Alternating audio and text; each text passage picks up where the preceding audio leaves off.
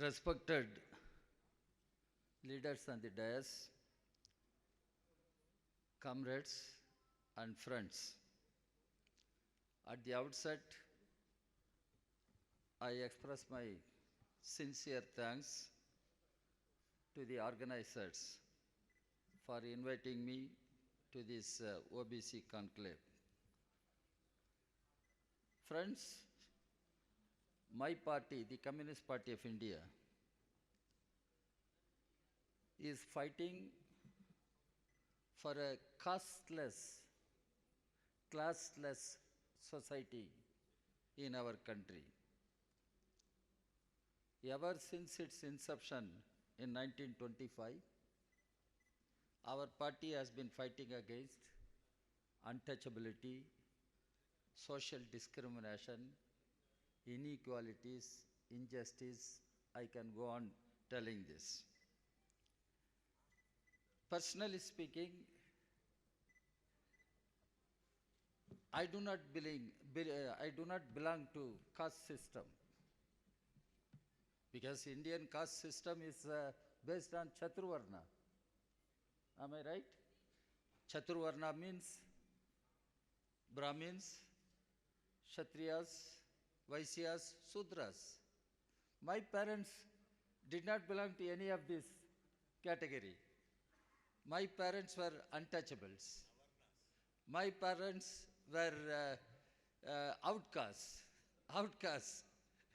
Didn't belong to any of these categories. So how do you understand the system? Even OBC, other backward class or other backward caste.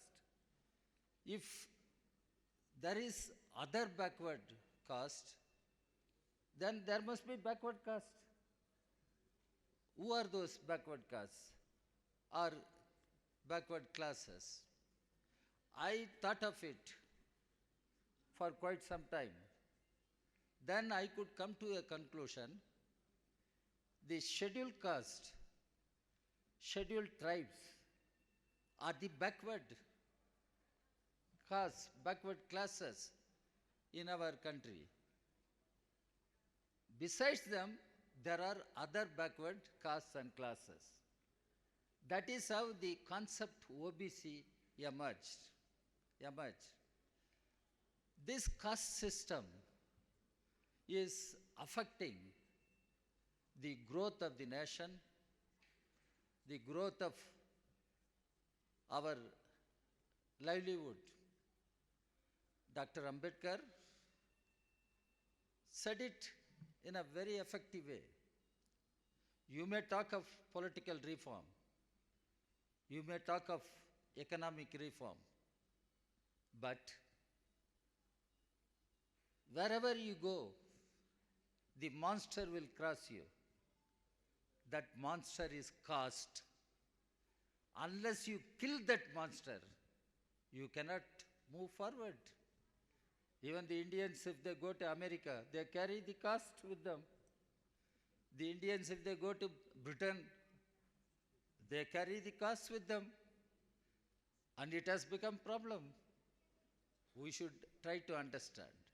That is why Dr. Ambedkar said, annihilation of caste. We should fight against the caste system. We will have to strive for annihilation of caste. Unless we destroy this caste system, it is not going to help any section of our society. Having said that, I must tell you, ever since BJP RSS combined, captured the political power, the BJP RSS combined is subverting the constitution, very constitution, is subverting the very character of Indian state. What is the character of Indian state? Again, I go to Dr. Ambedkar. He only said, that is how the constitution defines. Indian state is a secular state. Indian state is a welfare state. Now, BJP, RSS, they are destroying the very character of Indian state. Dr. Ambedkar said, if at all Hindu Rashtra becomes a reality, a fact, that will be the biggest national calamity for the nation. Now what we are confronting is the calamity for India, calamity for all of us. Dr. Ambedkar said, state should be a welfare state. What does it mean? The state must ensure the means of livelihood, equal opportunities, equal rights to all citizens. Dr. Ambedkar said, wealth shall not be concentrated in the hands of a few. Everything should belong to the citizens. Now today what is happening? Because of the neoliberal economic policies, we are witnessing unprecedented inequality. Not only in India, what is happening in America or the developed, so-called developed European countries? That is why Thomas Piketty has said the neoliberal economic policies have led to unprecedented inequality among the nations and within the nation. Now, there is wealth report. What they say? 1% of the who are in the high echelons, they want more than 50% of Indian wealth. Who created this wealth? Mr. Modi goes on talking about wealth creators. What does he mean? Wealth creators means big corporate houses, big business houses. Whereas the real wealth creators, I have seen my parents worked as landless agricultural workers. They cultivated land for somebody. They produced paddy. They are the real wealth creators, the farmers, the agricultural workers, the workers in factories, the employees. They are the wealth creators. But why? They do not have adequate livelihood, housing, healthcare, education. All these must be fundamental rights of the people. People should get. Why we are not getting it? You ask Ms. Modi, why do you serve the interests of Ambanis and Adanis? Because he represents them. Mr. Modi represents the corporate houses. Why I am explaining all these things? We talk about caste census. We talk about reservation. Why these questions arise? Dr. Ambedkar talked about social justice, social equality. In order to establish social justice, social equality, Ambedkar wanted a big change in our society. In fact, when people asked him, he said, whatever I have said in the directive principles of the Constitution, they are nothing but socialism. Ambedkar argued for state socialism.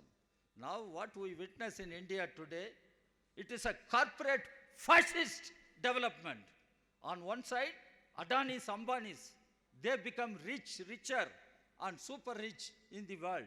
On the other side, the casteist forces, the Manuwadis, they emerge and they think they will have to dictate how people should live, what people should eat, how people should marry, whom they should marry. This is the India in which we live. That's why we will have to strive for fundamental change in our society and in our country. This is my plea. Now, caste census. Yes, our party supports caste census. In Bihar, we were part of the all-party delegation which met Mr. Modi, but nothing happens. In many states, caste census has become an issue. In India, the first caste census took place in 1931 under British rule. The second census was to take place in 1941, but British did not go for second caste census because that was the time the World War, Second World War was going on. After independence, we did go for caste census, that is 1951. That is to identify the race, tribe, and such people. After that, where was the caste census? When the people who belong to other backward castes, they started agitation. They started a struggle. Then the government appointed Mandal Commission. You all know, I need not explain this. But Mandal Commission analyzed the socially, educationally backwardness of the people. And even at that point of time, Mandal Commission took economic criteria, social and educational criteria. Then Mandal said the OBC people may be around 50 to 54%, but I cannot give reservation to that extent because already the SC/ST have reservation up to 22.5%. The Supreme Court that has put a ceiling, reservation should not exceed 50%. So I am forced to give only 27% reservation to OBC. You know this? And Modi government brought 10% reservation to economically poorer sections of the upper caste. I spoke in Parliament. I opposed it. I said, where is the data? When Supreme Court has ceiling for 50%, how government can bring 10%? What is the logic? You are not contradicting the Supreme Court ceiling. So I spoke in Parliament. My colleague T.K.S. Ilangovan is there. We all opposed. We questioned. We argued with the government. But 10% reservation. Where is the data? Where is the data? Why do you want caste census? We want caste census to have proper data, to evolve proper policies. That is the need of caste census. That is the need of caste census. We should try to understand. So, at the same time, I would like to make another point. Again, it is Dr. Ambedkar who said we all should strive for annihilation of caste. So in India today, we have conflicts among castes. And there should be unity of scheduled caste, scheduled tribe. There should be unity of OBC, scheduled caste and scheduled tribe. This unity is necessary now because Brahminism, we fight them ideologically, intellectually.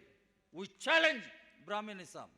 Some IIT students came to me and they asked me, sir, what do you want to advise us?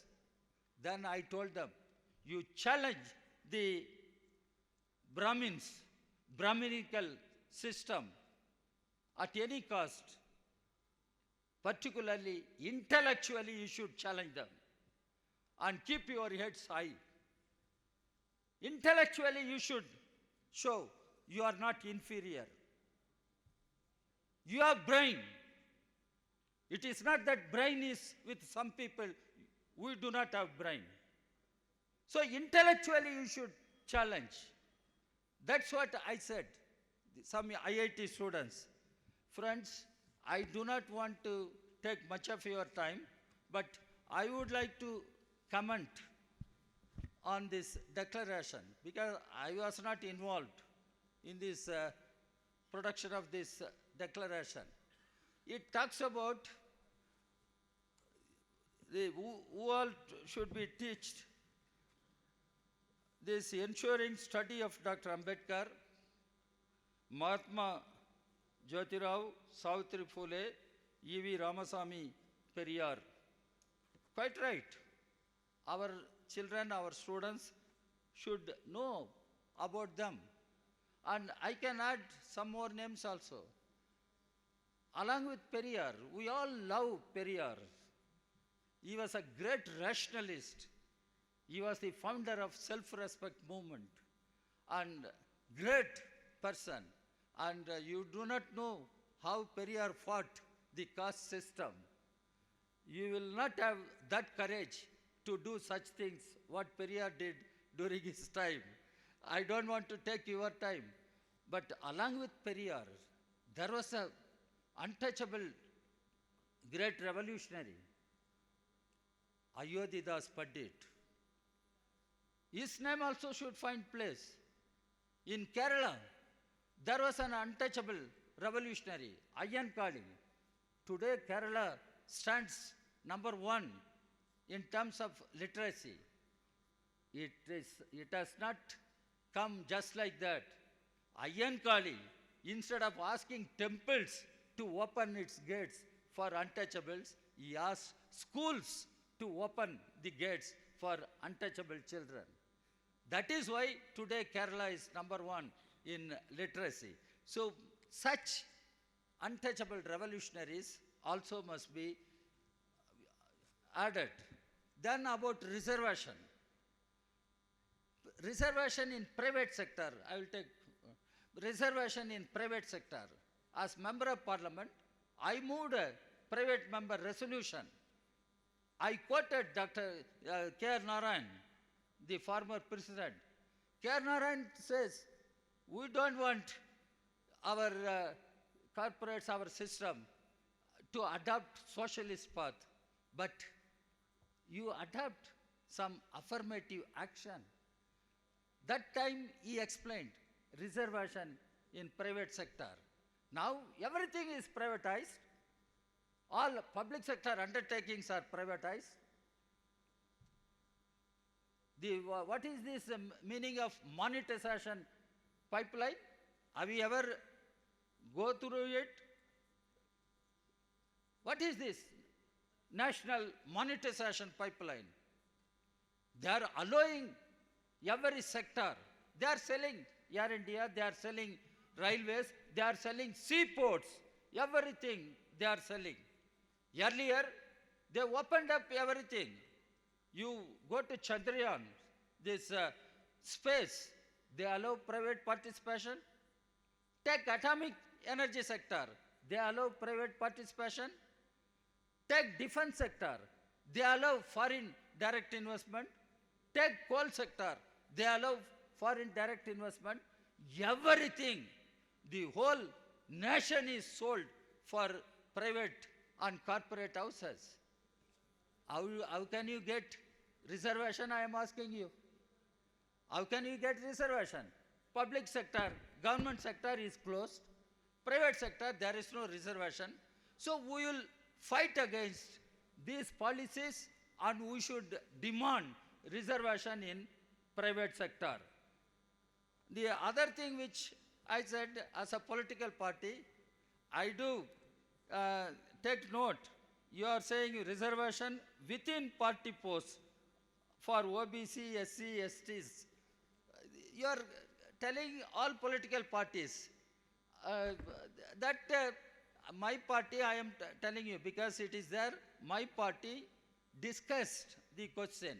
Then my party has agreed It is not only social composition, it is age composition, gender composition. The composition of political party should be changed. When we said age composition, youth should come over and they must take leading positions.